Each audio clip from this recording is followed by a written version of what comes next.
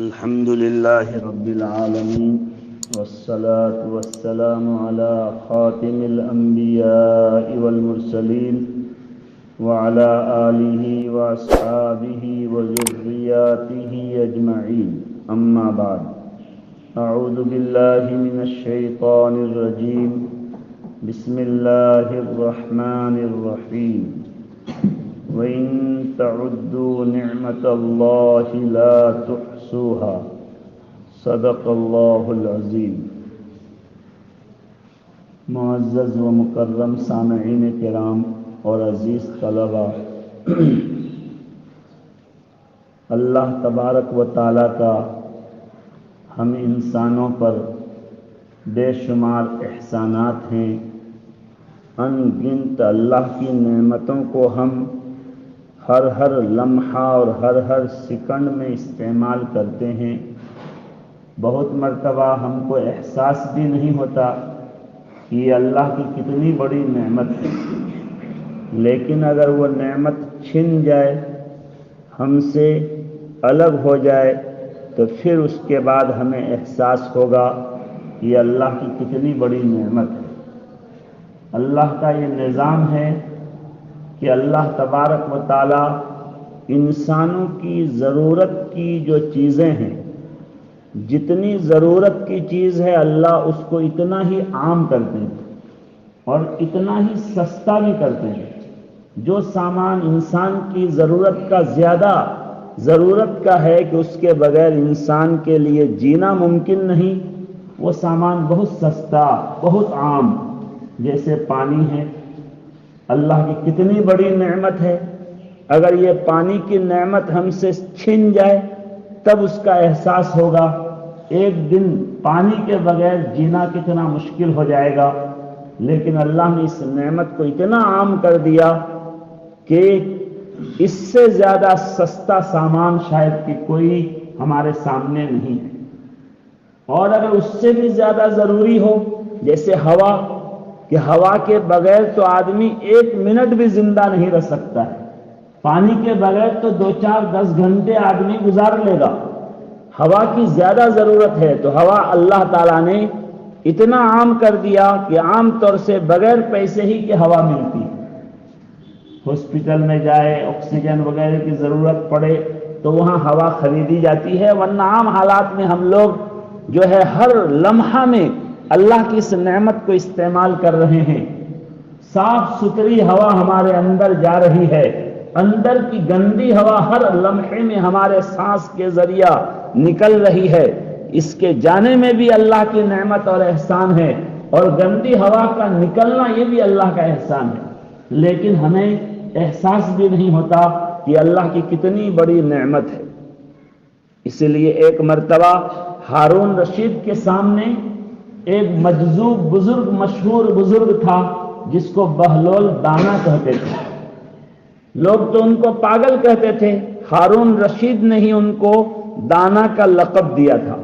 آج کتابوں میں بہلول دانا کے واقعات دانا کے ہی نام سے لکھے گئے۔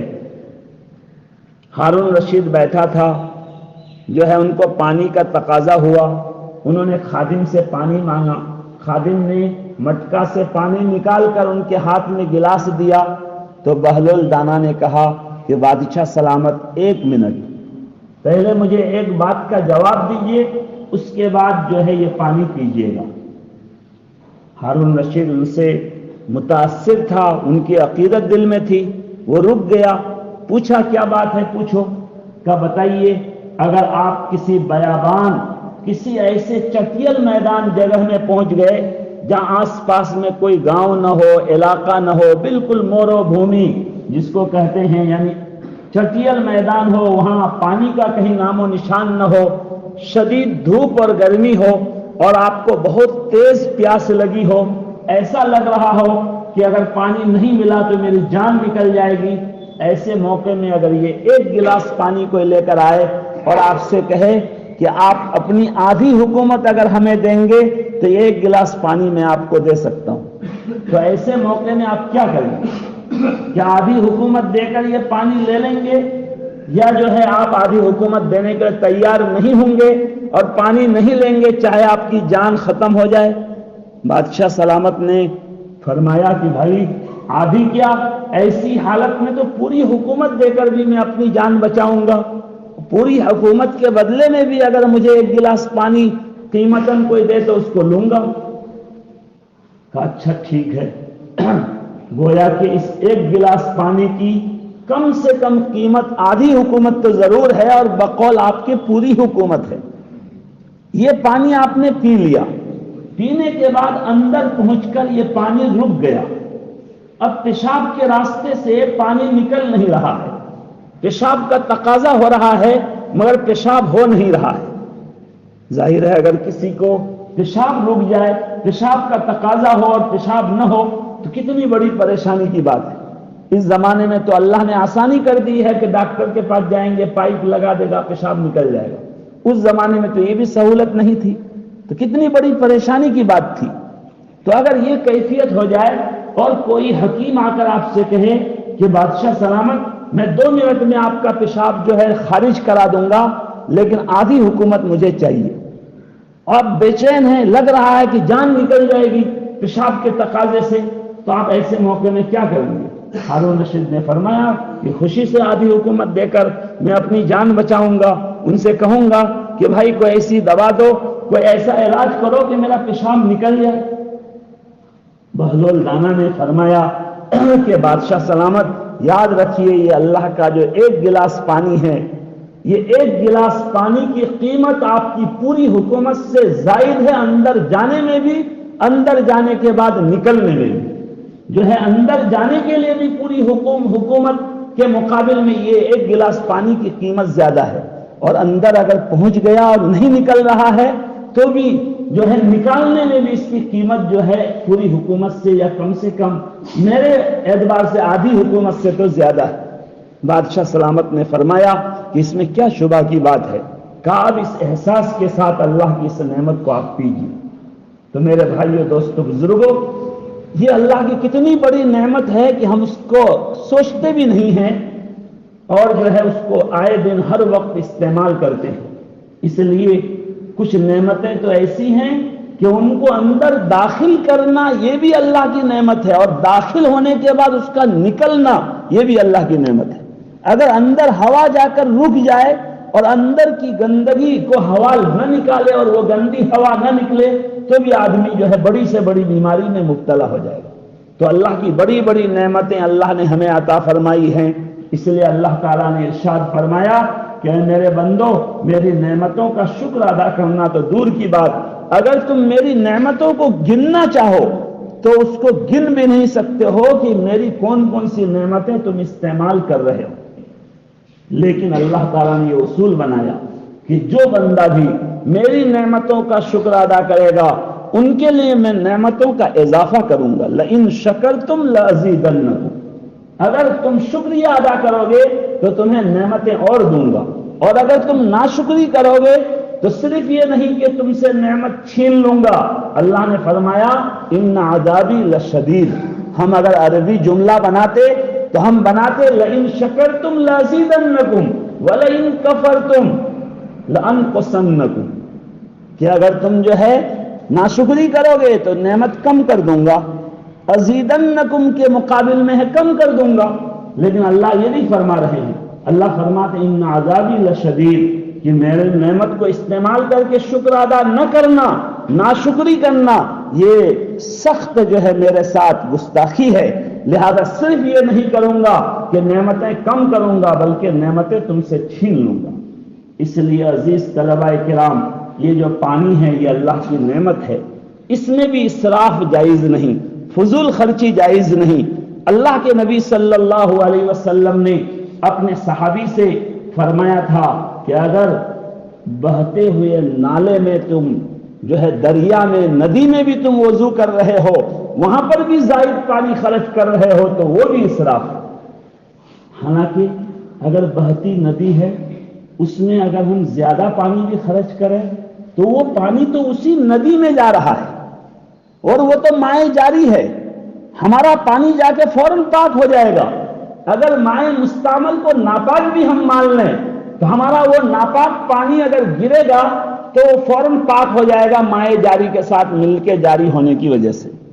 لیکن اللہ کے رسول صلی اللہ علیہ وسلم نے فرمایا کہ اگر تم جو ہے بہتے ہوئے دریا میں، بہتی ہوئی ندی میں بھی وضو کر رہے ہو اور زائد پانی خرچ کر رہے ہو تو یہ بھی اسراف ہے، یہ بھی فضول خرچی ہے.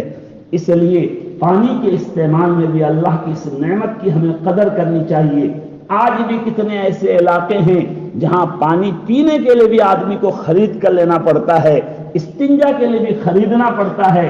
پانی بہت قیمتی ہے. میں دور حدیث میں قصہ سنایا تھا کہ راجستھان میں پڑھتا تھا، ایک جگہ دعوت ہوئی، بہت شاندار انہوں نے دعوت کھلائی. اللہ کے بندے نے دعوت کھلا کر اعلان کر دیا کہ کوئی یہاں ہاتھ نہ دھوئے، مدرسے میں جا کے ہاتھ دھوئے. اتنا خراب لگا کہ جو ہے پورا راستہ گزرتے ہوئے اس ہاتھ کے ساتھ آئے، ایک کپڑا لٹکا ہوا تھا، اسی کپڑے میں لوگوں نے، بچوں نے، ہم لوگوں نے ہاتھ پوچھ لیا، کسی کا رومال تھا تو پوچھ لیا. مدرسے میں آ کے ہاتھ دھوئے. کیوں؟ پانی کی قلت. کہ بھائی پانی نہیں ہے، اگر اتنے طلبا کو ہم ہاتھ دھلائیں گے تو ہم پانی کہاں سے لائیں گے؟ تو آج بھی ہمارے ہندوستان میں ایسے علاقے میں ہیں. اس لیے اللہ نے ہمیں جو پانی کی فراوانی کی نعمت دی ہے، اس نعمت کی ہمیں قدر کرنی چاہیے، اس میں اسراف سے بچنا چاہیے. اسی طرح کھانا اور دانا یہ اللہ کی بہت بڑی نعمت ہے. اس لاک ڈاؤن کے زمانے میں کتنے کھاتے پیتے گھرانوں میں فاقہ آ گیا، ان کے چولہے بند ہو گئے. کتنے ہمارے علماء کے ساتھ ایسے حالات آ گئے کہ ان کے گھر میں کھانے کا کوئی سامان نہیں. اس طرح کے حالات خود میری نگاہوں میں ہیں کہ ان کے گھر میں فاقہ آ گیا، چولہا ان کا بند ہو گیا. اس لیے جو ہمیں دانا مفت میں مل رہا ہے اللہ تعالیٰ کی بہت بڑی نعمت ہے. اس نعمت کی ہمیں قدر کرنی چاہیے. ہمارے آقا و مولا جناب محمد رسول اللہ صلی اللہ علیہ وسلم کی یہ سنت ہے کہ دسترخوان بچھا کر کھاؤ، تاکہ دانا گر جائے تو اس کو اٹھا کر کھاؤ. ہمارے آقا اٹھا کر کھاتے تھے. ہمارے آقا کی یہ سنت ہے کہ پلیٹ صاف کر کے کھاؤ. حدیث میں ہے کہ جو آدمی پلیٹ کو صاف کرتا ہے تو پلیٹ بھی ان کے لیے دعائے مغفرت کرتی ہے.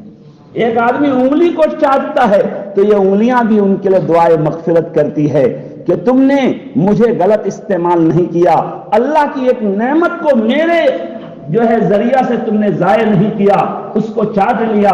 تو یہ اللہ کی بڑی نعمت ہے. حضرت حذیفہ ابن یمان رضی اللہ عنہ کا مشہور واقعہ ہے کہ روم کے بڑے بڑے جو ہے حکمرانوں کے ساتھ، وزیروں کے ساتھ کسی میٹنگ میں بیٹھے تھے. کھانے کی باری آئی، کھانے کے لیے بیٹھے. دسترخوان میں حضرت کے ہاتھ سے ایک لقمہ نیچے گر گیا تو حضرت ایک ایک دانہ چن چن کر کھانے لگے. تو خادم نے کان میں چپکے سے عرض کیا کہ حضرت ایسا نہ کیجیے، یہ لوگ مسلمان تو ہیں نہیں، یہ لوگ تو غیر مسلم ہیں، ان کو تو معلوم نہیں کہ یہ دانہ اٹھا کر کھانا چاہیے. یہ لوگ اس سے یہ سمجھیں گے کہ یہ دیکھو مسلمانوں کے وزراء حکومت کتنی حریص لالچی ہے، ایک دانہ اگر ان کا گر گیا تو اس کو بھی اٹھا کر کھا رہا ہے. تو یہ آپ کو حرص، آپ کے اس عمل کو لالچ اور حرص پر محمول کریں گے، اس لیے ایسا مت کیجیے. انہوں نے تو چپکے سے کہا، مگر حذیفہ ابن یمان رضی اللہ عنہ نے بلند آواز سے فرمایا اترک سنت حبیبی لہذہ الحمقہ، کہ کیا میں اپنے محبوب کی سنت کو چھوڑ دوں ان بیوقوفوں کی وجہ سے؟ یہ بیوقوف اگر اس کو خراب سمجھے کہ یہ دانا اٹھا کر کھانا لالچ کی بات ہے، تو ان بیوقوفوں کی وجہ سے، ان احمقوں کی وجہ سے کیا میں اپنے آقا کی سنت کو چھوڑ دوں؟ اس لیے عزیز طلبہ کرام، ہمیں دانوں کی قدر کرنی چاہیے. مدرسے میں اور پھر کھانا نالی میں بہے، مدرسے میں اور کھانا جو ہے غلط جگہوں میں گرے، یہ بہت غلط بات ہے. ہمیں اتنا ہی کھانا لینا چاہیے جتنا ہم کھا سکیں، اگر ضرورت ہو دوبارہ لیا جائے. ایسا نہیں کہ مدرسے کا نقصان ہو رہا ہے، یہ خود ہم اپنے ذات کے ساتھ ظلم کر رہے ہیں. لیکن شکرتم، اگر تم شکر کرو گے تو اپنی ہی ذات کے لیے شکر کرو گے، اس کا نفع خود تم کو ہوگا. ہم دانے کی ناقدری کریں گے، اور اگر دانا ہم سے اٹھ گیا تو جب کسی گھر سے، کسی فرد سے دانا اٹھ جاتا ہے تو دوبارہ جلدی یہ دانا آتا نہیں.